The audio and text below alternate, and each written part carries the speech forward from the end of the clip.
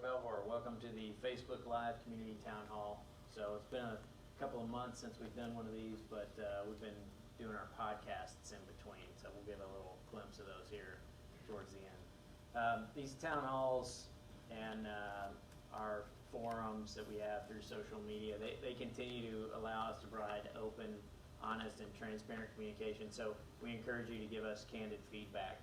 The information shared today is based on questions we've received from social media, emails, mayor's meetings, and discussions with residents, the Garrison staff, and our RCI housing partner. We will also provide information on the upcoming Army Housing Inspection Program. So just to name a few guests today, obviously we've got Sergeant Major Kleinholz, Garrison Command Sergeant Major. We've got Tom Fagan from Michaels, Jennifer Hudson, our housing ombudsman, Sergeant Bierling, one of our housing mayors, and several other subject matter experts to provide a general Garrison overview and answer questions. So just a couple of ground rules. So please refrain from posting individual claims or legal issues. Use respectful language and be courteous in your posts, especially if you're referring to others. And continue to work through your mayors and housing ombudsman for specific housing issues. Just a few things right up front about the military housing inspection program. So just to recap, as many of you are aware, Fort Belvoir is the pilot location for the Army for the privatized housing inspection program that was a mandate out of the NDAA in fiscal year 20. So July 21 is the target date for completion, and currently we're inspecting about 20 per day. Inspections started out at a couple of hours, and we've really been able to reduce those just through efficiencies of the inspectors and continuity in the neighborhoods to about an hour or less per home. If the inspectors see an immediate problem or a life, health, or safety issue, they are usually immediately dispatching a technician. And then currently, among the villages that are already complete with scheduled inspections, we have an average of an 84% success rate, and then final scheduled inspections are set for the last week of June. All units that did not receive an inspection during the scheduled period will be rearranged or re-engaged in July of 21. The garrison and the villages appreciate the families allowing RER to conduct their inspections in this environment. It's challenging. They're doing everything they can to make sure that they're doing everything right and keeping everybody safe as we continue to do this program for the Army. And what we're hearing through several Army senior leaders and chains of command that are responsible for housing is that essentially through RER and our own reporting, we're getting good reports back and positive feedback. So before I hand it over to the Command Sergeant Major for an update, I'd just like to go over some good news, which is rare these days, but just a couple of things. So for those that are new to Fort Belvoir or don't know, the Garrison has a housing portal, and that resides on our website. So you can find information related to housing there, such as the Tenant Bill of Rights or prohibited dog breeds. If you need additional information, you can always contact the villages at Belvoir, our housing ombudsman, or your village mayor. There's a lot of information on that portal, and that's a good resource and a great place to start if you have questions. Also, in addition to our mayors who've been really executing a heavy lift for us in terms of housing out in our neighborhoods, we also have several unit sponsors, and those unit sponsors continually support our mayors and residents. So I'd just like to personally thank all the unit sponsors for diving in and helping us out with that, with all of the villages. Many of the activities within the villages are a direct result of the relationship between the mayors and the unit sponsors. So between the mayors and the unit sponsors and our housing ombudsman, I think we're moving the ball down the field when it comes to housing. So, Sergeant Major, over to you for a couple of updates. Yes, sir. First thing I'd like to talk about is the barracks update. Our current completion rate is 67% now to 82%. And we're really looking forward to getting the soldiers back into the barracks. It's really a 4x1 concept with 4 individual rooms with a shared living space that includes a full-size refrigerator, a stove that has an oven in it, stovetop oven, and then also a dishwasher and a nice countertop. So we're really looking forward to it. Each fourplex will have their own washer and dryer that the 4 rooms will share with a larger unit in the bottom floor. So really looking to getting the soldiers back probably starting in September. They'll be done in the July time frame, and as we sign the rooms over and the buildings over to the units in the end of July and August, really in September the soldiers will be coming back. Also, our digital Garrison app continues to improve. Over the last few months, we've been promoting the digital Garrison app, and now it has a push notification feature on it. If you go into the app, open up the app and select account from the dashboard, then communication preferences, and then select push notifications, you can enable the notifications that you want to receive through your phone. So that's also a way to stay connected to the community. And sir, I tell you, with the barracks, from the AMC commander to the MCOM commander, along with the Sergeant Major of the Army, who've all 3 have visited the barracks personally, we're looking forward to opening this up. Yeah, no, I think it's gonna be a great resource for our soldiers, and the renovations that have been done are really first class all the way from the outside to the inside. And then just, so the laundry room, so they've got an individual laundry washer and dryer in the 4-plex, and then in the basement there's sort of your standard, renovated obviously, but Army laundry room for doing larger items. Yes, sir. Yeah, okay, good. Thanks, Sergeant Major. Okay, so now we're gonna move on and run through our special guests here for several of our updates. First up, we've got our housing ombudsman, Miss Jennifer Hudson.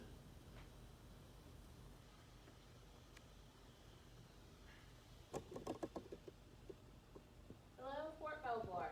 To follow up on the inspections that Colonel Seagraves mentioned earlier, there is a slight change in the rescheduling process. Many of you might have received a notification to call myself or Lieutenant Colonel Rahala to reschedule. The process has changed to where now the inspections will, the re-inspections will be at the end of the program, which is now the July timeframe. Another notification will be sent out to you with a new date and time for those inspections. Also, did you know that we have quality assurance QA inspectors and an industrial hygienist team? They are here for your use and available to assess your housing concerns. If you'd like to schedule an appointment, please reach out to me and I'll be able to coordinate that for you. Lastly, we'll begin our quarterly property walks with our mayors and the property management team later this month. Into next month, and each quarter we go into each of the individual neighborhoods, assess the neighborhood, look for trends, feedback, anything that you can give us so that we can take back to the team and help improve. Back to you. All right, thanks. Okay, so some important information there, particularly with the industrial hygienists. So they are available. Obviously, they're they're normally scheduled doing other inspections that they're involved in through our housing office at the Garrison, but also the villages at Belvoir. So it may not be available immediately, but obviously if there's an emergency, we can adjust. So they are a great resource, and they're available in addition to all the other resources that you have available in your neighborhoods to address your concerns. So next up, we've got Sergeant Beerling, one of our village mayors. Hello, Fort Belvoir. So first off, thank you, sir, for letting me come and speak. I wanted just to inform Fort Belvoir about the 4 inspections that should be coming your way. Garrison has pushed out the Big Army inspection, which is a third-party inspection. HVAC inspection, which is your thorough inspection, your preventive maintenance inspections, and the blind inspection. Please keep that in mind as you go through the rest of the year that we will all be doing that as well. Also, Yard of the Month. Each village will be having Yard of the Month. We partnered up with the partner, and we will be doing Yard of the Month, so keep that on track as well. And Facebook pages. Every village has their own Facebook page.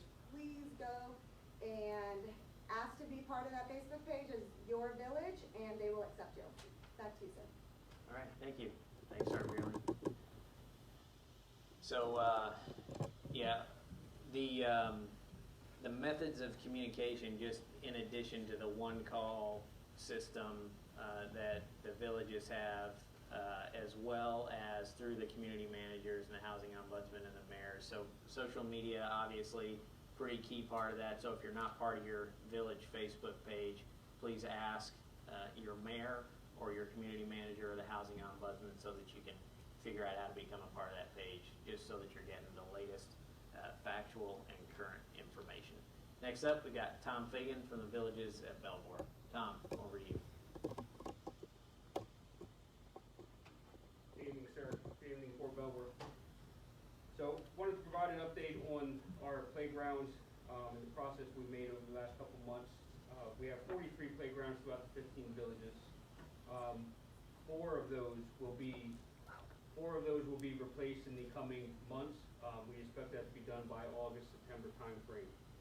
Those designs and drawings of those playgrounds will be shared with the residents in the coming weeks. Playgrounds that are being replaced are located in Harrisburg, Coyer, Vernondale, and Rossville Village. We have 5 playgrounds that will be demolished and the space will be repurposed in the coming years to other amenities. And then we have our community yard sales.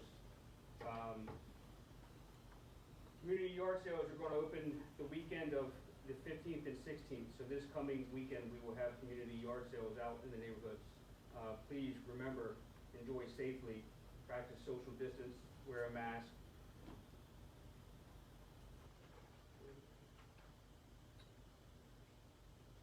Bulk trash, I know it's been a topic with the recycling center shutting down, but we do have bulk trash available through our trash contractor for the villages.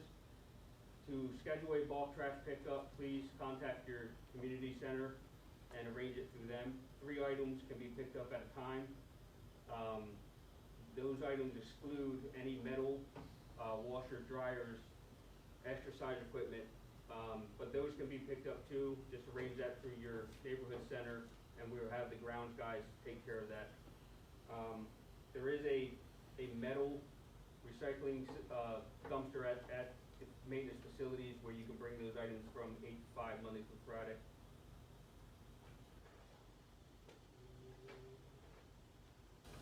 And just a reminder about the housing portal.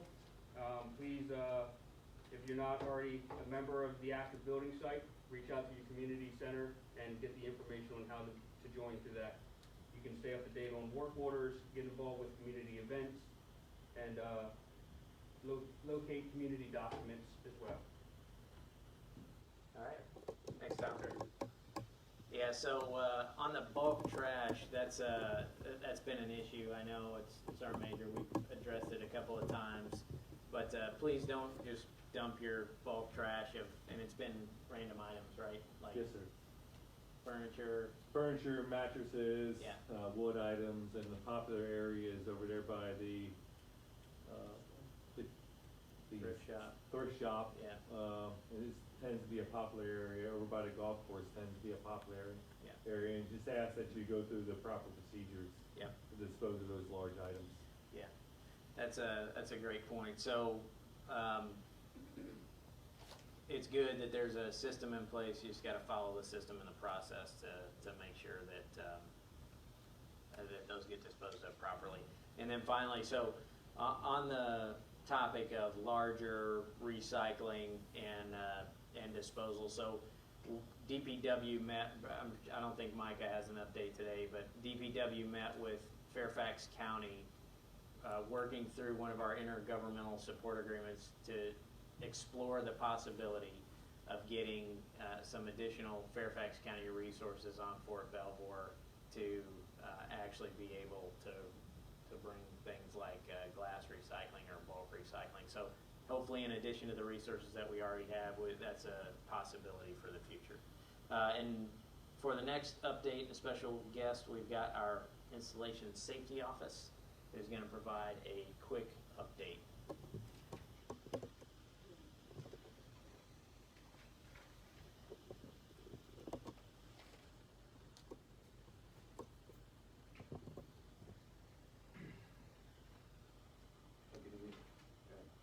Good evening.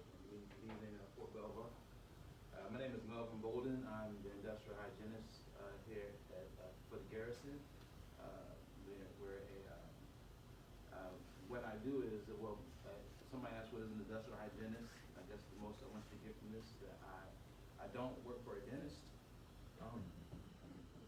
That was a good one. Yeah. That was a good one. No, you almost got him. Everybody was afraid to like acknowledge it because we're live. So no, it's funny. That's good. But with an industrial hygienist, what we do is we identify and remediate hazards and risks.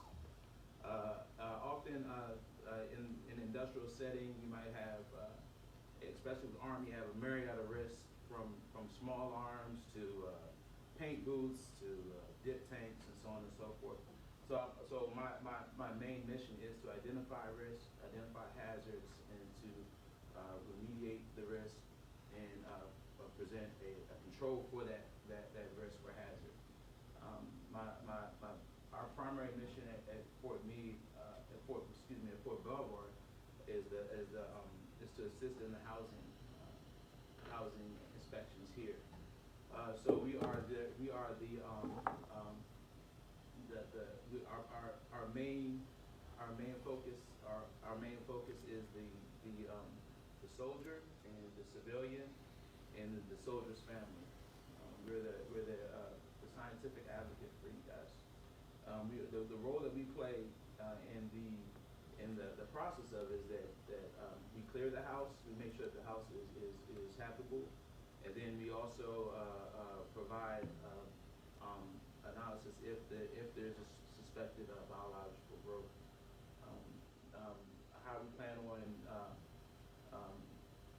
one of the things we plan on doing is being more available during that process. More so in the beginning, during the remediation process, the wrapping in the house, and make sure that's done appropriately, and so on and so forth. The best way to get in contact with us if you have any issues with mold is either through the ombudsman, Jen Hudson, or the maintenance department.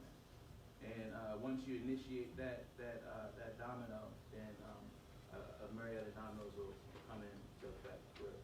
We'll be here to assist the community here at Fort Belvoir. Hey, can you just kind of briefly go over your resume? It's pretty impressive, like your education and your Thank you, sir. background. Yeah. Well, If you can just cover that real quick, it'd be helpful. I graduated from the great Morgan State University in Baltimore, Maryland. My degree was in chemistry, or is in chemistry, so I'm a degree chemist. I went to the Baltimore Community College and studied for occupational health and safety technology. So I also went to the Baltimore Community College to get my home inspection certification. I'm certified in lead, mold risk remediation, risk assessing. And I've been working for Army for about 15 years now. My first position coming out of the Army was with Public Health Command as a scientist at the extractions lab up there.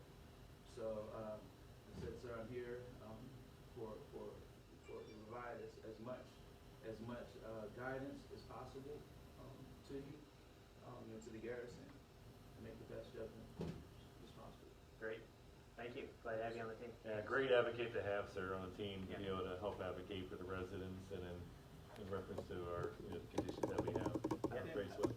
Sorry. I think that I want to make that very, very, very clear that I'm here for the soldier and the soldier's family in addition to the civilians. Yep. There can be a gap in science sometimes, and it might not be intentional, but things can fall through the cracks. You know, we have a lot of contractors, you know, and so on and so forth. So you have any issues, that's when, since we have an increased manpower with industrial hygiene, we can address not just inspecting the houses, but the data analysis that goes behind actually clearing a house. So that's what I hope to bring to you guys. Good. Absolutely. Thanks. Appreciate it. All right. Now we've got Ms. Pilgrim for safety. Probably the 101 days of summer would be my guess. That is correct, sir. All right, nice. 101 days of summer. Good evening, everybody. My name is Bridget Pilgrim, and I am the Garrison Safety Manager. As the days become warmer, outdoor activities increase. So we are kicking out 101 days of summer.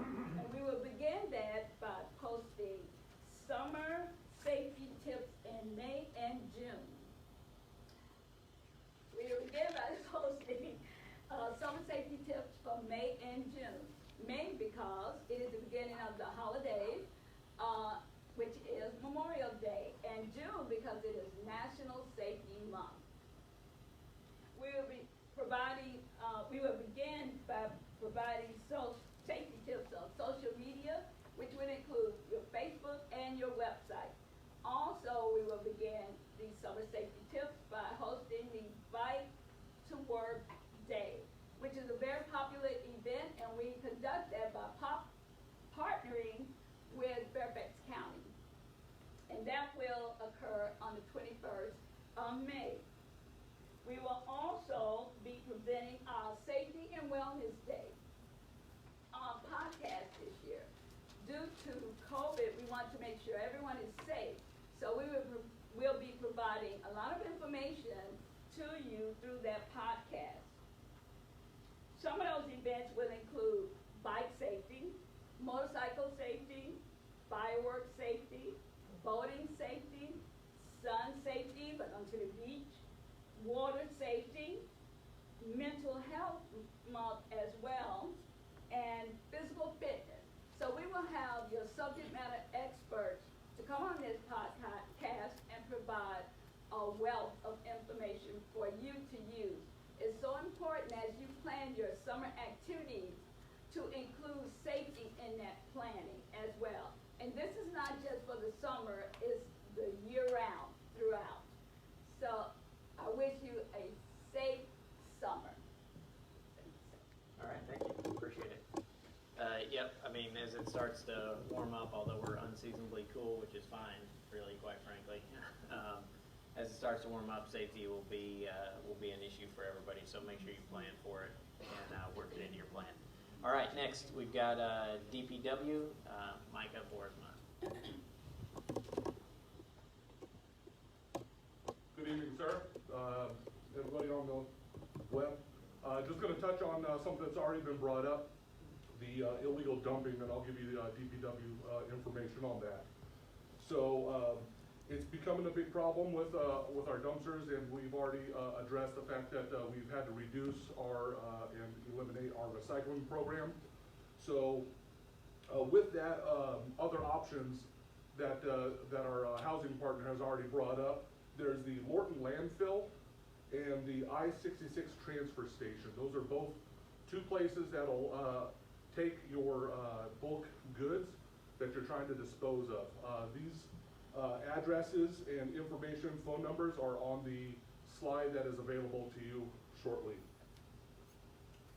Next topic here is the potholes over at the hospital. So this was one issue that took a while to get to DPW, so it lingered for a while, but as soon as we got the information, we were able to address this issue and take action. And you'll notice that we do have steel plates in place now, solving the problem of those potholes, and right now we are in the works of putting a permanent solution into contracting to get executed to make the final repair. Next, we have the project of the Dove Creek Bridge. This has been a lingering project for a couple of issues that have been found as we've gone through the process of trying to get this project moving forward. So these identified issues have been mitigated to date. So we are on our new schedule with no hiccups in sight right now. We are planning the construction to begin here this next month. And this construction is going to initially start with the demo of the facility, of the bridge, and it's going to then move on to the construction of the new bridge around the August timeframe, with a final completion around the November, possibly into December timeframe here. And that is where we are projecting a full completion of that bridge and opening that back up to the public. Last topic from DPW is our environmental areas that we have around our installation. We do have quite a number of protected locations for both cultural resources and other environmental impacted areas for environmental species that are there. We do ask that you stay on the trails that are identified and not walk off and wander into the woods. There are some sensitive areas out there that your presence could disrupt the nesting and the migration of animal species and really get you into some trouble in those protected areas. Also with some of those storm water management facilities, those are not places to go in and play. Those are bulk water collection locations that fill up really fast, even with a little bit of water rain that comes down. All the pipes run towards those, and those are our staging areas as we try to off-haul the water influx onto our installation. And last is Poe Road. There is a portion of Poe Road that is available, open to the public as part of a trail, but the majority of Poe Road is not for individual use. So we ask that you please respect that and stay off of Poe Road and not use that. That's all I have, sir. Any Yeah. questions? No, thanks. So this is a good update on the bridge, but, you know, unfortunate news that it's delayed. Just for everybody also, there's been between like 100% and 300% cost increase on construction materials just due to the pandemic, and then also delays. So I think that's also been part of the Corps' issue with getting the bridge done. But hopefully, I'm hoping that's the last timeline update that we have for that thing, because I'd really like to cut the ribbon on that and be done with Yep. it. And then finally, I'd just say on the stormwater, that's a great point. We've got between Doe Creek and Akantee Creek, we've got about 68 billion gallons of water that flows through Fort Belvoir a year. And so it is a significant amount of water that flows through this area. So just be really careful about the low-lying areas. So yeah, that's good. And one alibi, sir. Yeah. You did touch on our reaching out to the Fairfax County Yeah, for support on our refuse. Just to give everybody the latest update is DPW did have a on-site visit with Fairfax this afternoon. We did a drive around of our installation, presented to Fairfax a few locations that we've identified as possible staging collection points and bulk generation points for them to take that information back and have a due out to us to get back with what's possible, what's in the realm of the possible. They've already initially came to us talking about glass recycling, and so we've asked the question for the paper and the cardboard, which is one of the big things that does fill up our refuse containers and really shoots up our off-haul and tipping fees. Yeah, good. Thanks, Micah. Appreciate it. Thanks, sir. Okay, next we've got Department of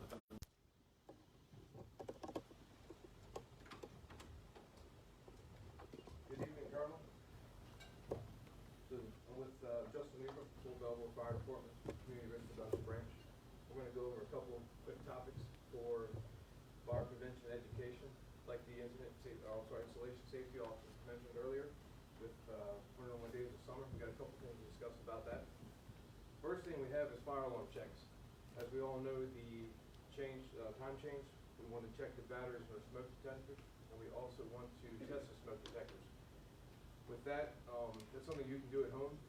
Housing can assist if you have any issues, but if you hold the button on the smoke detector until it activates, that will sound the alarm. And the key to this is we want to make sure that if the detector on the first floor, the second floor sounds, that they all sound together. If there's an issue with that, please reach out to housing and they can assist with that. If you don't get the answer, you don't get any feedback within a decent amount of time, reach out to the fire department and we can assist with that. Also, batteries. When they change their clocks back in spring and fall, as we all know, we like to reiterate it all the time because we find quite a few when we run calls in housing. We hear smoke detectors chirping quite often. So the batteries, if I'm not mistaken, housing provides them. So we have no excuse on why we have batteries dead. Now we can't control when they do go dead, but if they are dead or they're chirping, please reach out to housing. And once again, if you don't get an answer you like, we'll reach out to you and we will take care of that. One of the last things we have is summer safety. As we all know right now, especially with COVID last year, everyone is dying to get out of their residences. With that comes grilling and campfires and boating, like if you want to go kayaking, swimming. So we highly recommend, if you are cooking, especially charcoal outside, that you do not dump the ashes in the woods. Too often it happens. If the woods could talk right now, they're screaming, give me water.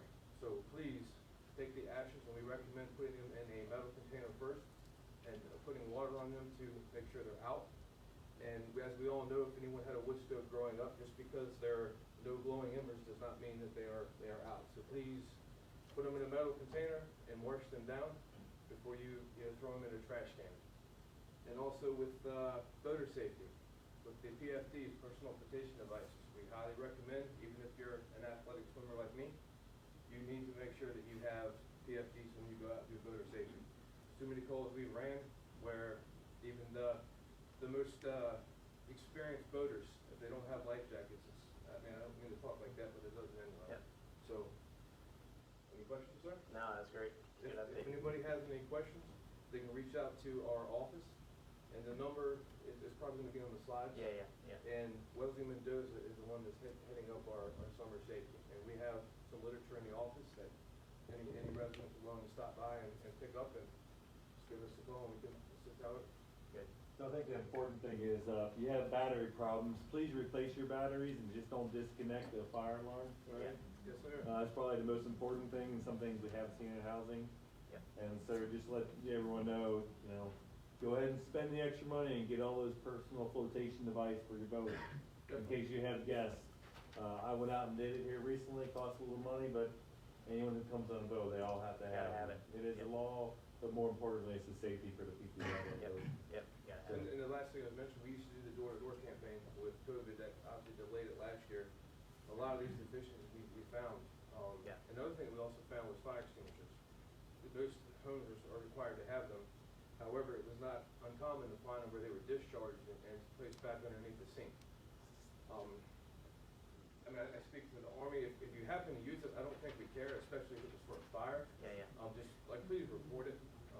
Housing, I'm sure they're gonna be mad at something burned up. It wasn't uncommon for us to find extinguishers that were discharged with some type of damage. So reach out to housing, reach out to us, and that's what we want to see. Good. As fire extinguishers being used. Thanks. Appreciate it. Thanks, sir. All right, so now for our final update before we take questions, and then just one side note. So in some of the comments on under the town hall there's like some spam or some like fake links. Like don't click on those, obviously, just to save yourself from some kind of scam. And the last update before we go to questions and to COVID, DFMWR. Good evening, everyone. My name is Marie Grayson George. I am with Child and Youth Services here on Fort Belvoir, and I have some updates for you. For CYS, we currently have 4 child development centers that are open, 3 here on Fort Belvoir proper, and 1 at Ravana Station, which is in Charlottesville. Our school age center and our middle school teen youth center both remain open and are providing support for youth who are in school physically and also those that are still distance learning. That remains unchanged. Good news is they're both going to be open for summer camp this year. The school age center has a wait list on militarychildcare.com. If anyone is interested, you can go on to it.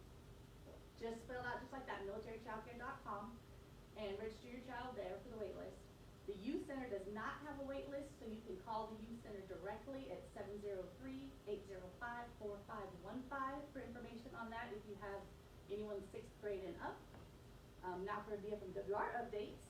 We have great news. Graves Fitness Center is now opening, expanding its clientele that is allowed into the facility. So DoD civilians and active duty family members will now have 5 one-hour sessions available starting between 9:30 and 14:30. So you can show up with your ID, please, at the fitness center, and that starts this Monday, 17th of May. The body shop still remains for active duty members and first responders only. Functional fitness will begin 24 May, and the sessions will be Monday, Wednesday, and Friday, 6 to 7 on Pullen Field. They will run for 6-week increments and a cost of just $25. So that gets everybody out there and active. Also, in response to questions about pools. The Connolly Pool Complex, which is located at the Officers Club, will be open 16 June. They will be available in 1.5-hour sessions. Again, this is to provide ample spacing and comply with COVID restrictions. There will be 4 sessions per day, beginning at 11, and the last session will begin at 4:15. So registration and payment will be available via the web track. And you can find all this information on the Fort Belvoir MWR Facebook page as well as the MWR website. Awesome. Thanks for the update. Yeah, so just a couple of things on first on the CDC. So, you know, the rest of the story on the CDCs is that we're working on some major projects to repair the HVAC in those 3. And so that's a heavy lift for the installation, and we're fully aware that that's been inconvenient at best. But these particular HVACs that we have are spread across 14 different facilities on Fort Belvoir, and Installation Management Command is working on an enterprise solution for the Army because they exist at other installations other than Fort Belvoir, and none of them work very well. The other thing is, so we've had a couple of complaints recently about communications from the CDCs. So we're working on it. We're aware of it. I thank everybody for submitting those comments, whoever submitted them. Some of them have contact information, some of them don't through the ICE system, but we're working on cleaning up the communications to make sure that everybody gets notified and that everybody's aware of what's going on. Okay, so a couple of questions. Do we have any teed up? Yes, sir.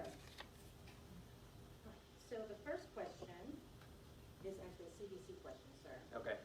Is there a plan to provide additional spots at the CDCs? Yeah. Okay, so the question was, is there a plan to provide additional spots at the CDCs? So currently the CDCs are at we're at the COVID cap in terms of numbers.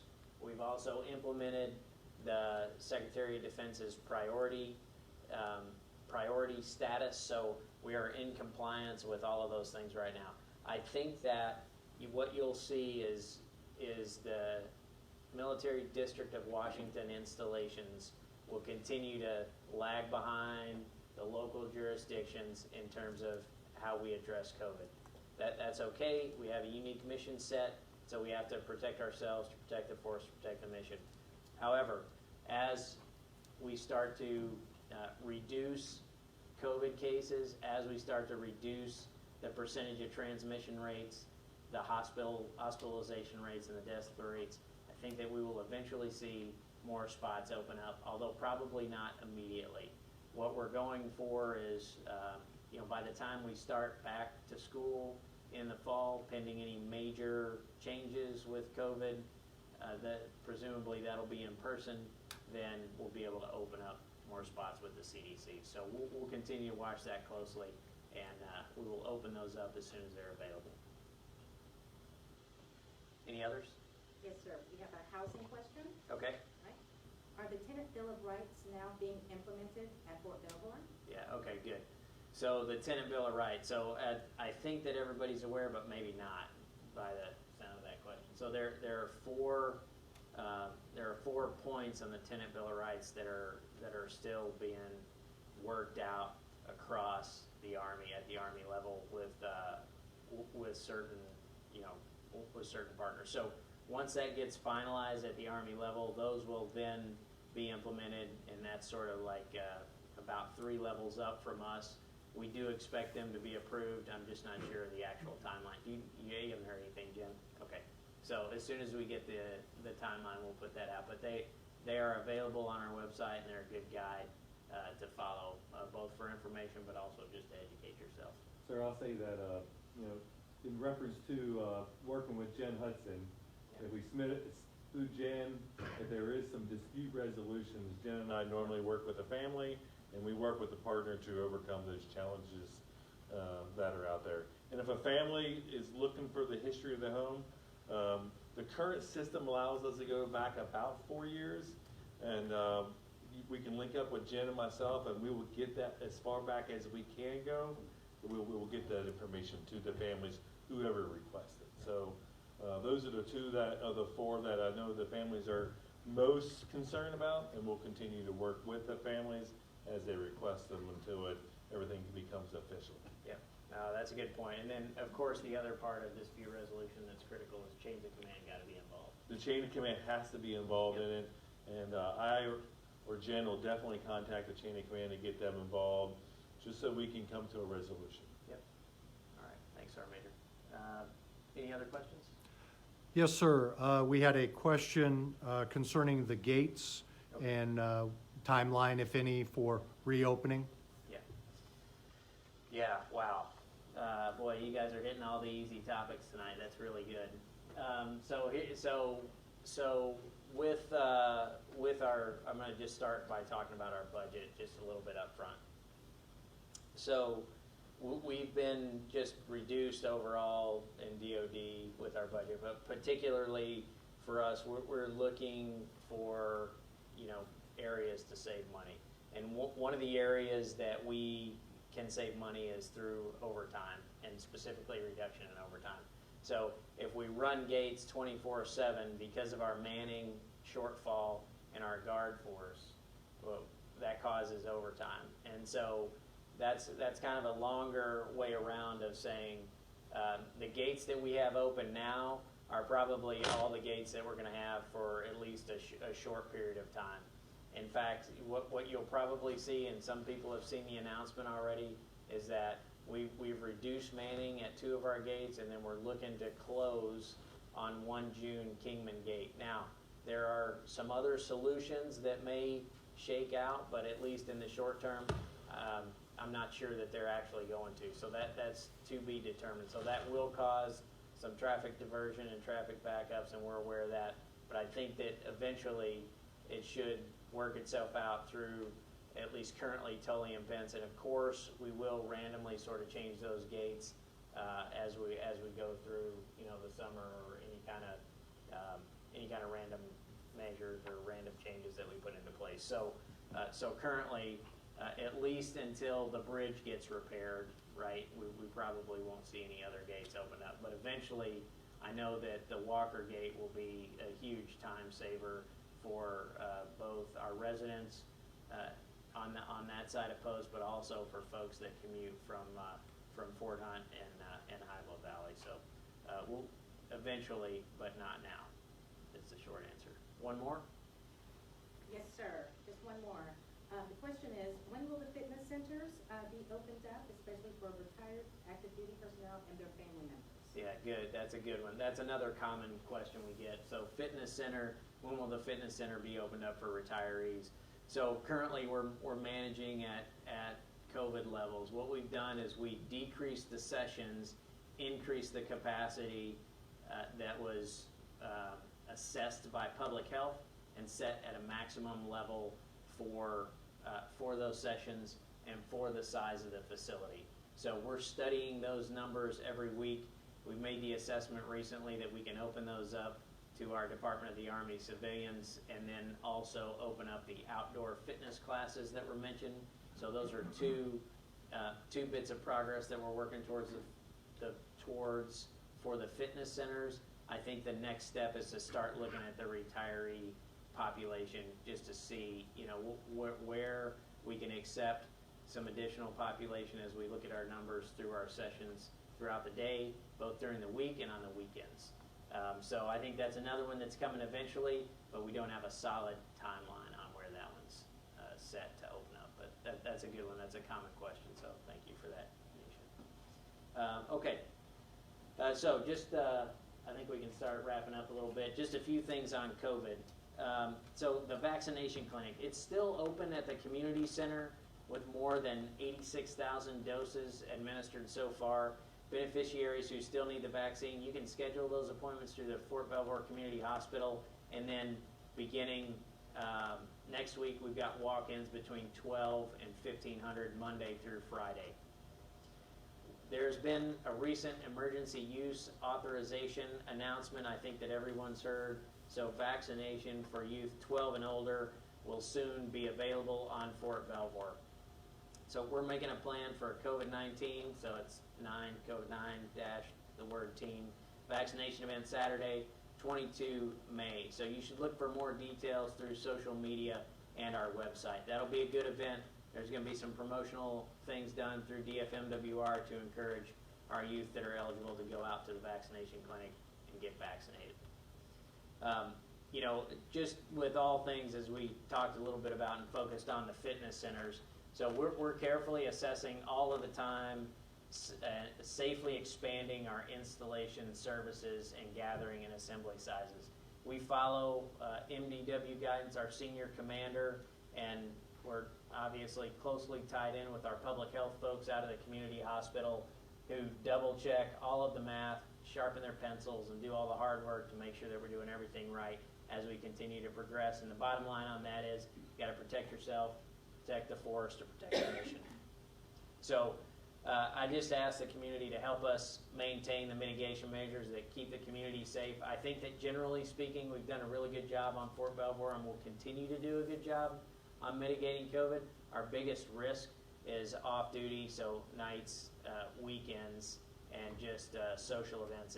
And I know that the local jurisdictions, some have in Maryland and D.C., but Virginia is getting ready to reduce restrictions. I just ask everybody to be careful, continue to be careful, continue to be diligent as you move about the community and see and observe physically a lot of those reduced restrictions. So youth sports is another one that's come up a few times, and you know, we're going to open up some camps, and some of those offerings will be limited, but we just ask everybody to keep an eye out on our website and social media for additional information on youth sports camps that'll be coming up this summer. Also, just to reiterate, so Connolly Pool, that's going to open on 16 June. It is a limited capacity. There'll be a sign-up available, but that's a little bit of progress there. Woodlawn Pool, so we're assessing that now with public health and our partners, so we should have more details to follow as we prepare to open up that pool with similar restrictions and expectations as Connolly. So our public health emergency officer has compiled some COVID mitigation tips for all the residents participating in the yard sales that are coming up. The mayor, your mayor, and the ombudsman should have some additional details, and we'll make sure that those get put out here in the next 24 hours so that everybody understands exactly what the expectations are and what's going on. But it's a good opportunity, spring clean, get rid of things that you don't need or stuff that you just want to sell and get rid of that you won't illegally dump in our dumpsters. Yes, sir. Yeah. All right, Sergeant Major, what do you got? Any closing remarks? Yes, sir. So the Specker Gym facility should open up the first part of August was when we're going to have a grand opening. Once we get the building handed over, from hooking the permanent electricity up and the permanent water lines hooked up, and they finish everything inside, we have to set up all the rigs, and then we're looking at probably an August time frame. Also, just know for other MWR activities such as the archery's opening up, and possibly later on this summer with the bowling alley open up, we are looking at all avenues to open up. We know the community wants those things open up, and really the last thing is, as the DOD budget has decreased, in reference to the Vineyards pool, units can request a time to do PT and do PT in the morning time frame. All they do is have to contact the pool. It's not that it's the recreational swim that has a fee associated with it, but units can request to do physical training in the pool. They just need to contact the pool and the MWS staff, and they'll be able to assist them. Good. Yeah, that's a good point. So another point on PT, so the ACFT field, I think most units know how to coordinate, who to coordinate. We can repost that information just to make sure everybody has it, but previously we'd had the limits where we're at about 20 for gathering size for outdoors, so what we're looking at now is expanding that to 50, so that'll help units with throughput and help them meet the SMA's goal, really, and the chief's goal of getting that information put into Army systems of record so that we continue to gather whatever data that we need to finish those out. So stay tuned for updated ACFT numbers into the Belvoir SOP. And then finally, just a couple of closing comments. So for our podcasts, just ask everybody to start tuning into those. That's going to be our primary way of getting most of our information out, although we'll continue to do at least quarterly town halls. Our Belvoir podcast is In the Know. You can find that through our social media sites and on our website. Also, make sure you download the Digital Garrison app. We're still in a little bit of a race, right, for numbers? Yes, sir. And the podcasts are also located on the digital. Yeah, the podcasts are there too, yeah. Yeah, that's a great point. Make sure when you download the app, you just create an account and make Fort Belvoir your installation of choice. You can connect with us on our website and Facebook page. And then finally, next week, make sure that you follow the Armed Forces Wellness Center on Facebook and on their new Instagram page. Their ribbon cutting will be next week. That's going to be a fantastic resource for Fort Belvoir and those eligible for those services. And I think we'll just close with, please make sure that you maintain distance, masks, and hygiene. Thanks for joining us. We look forward to the next town hall.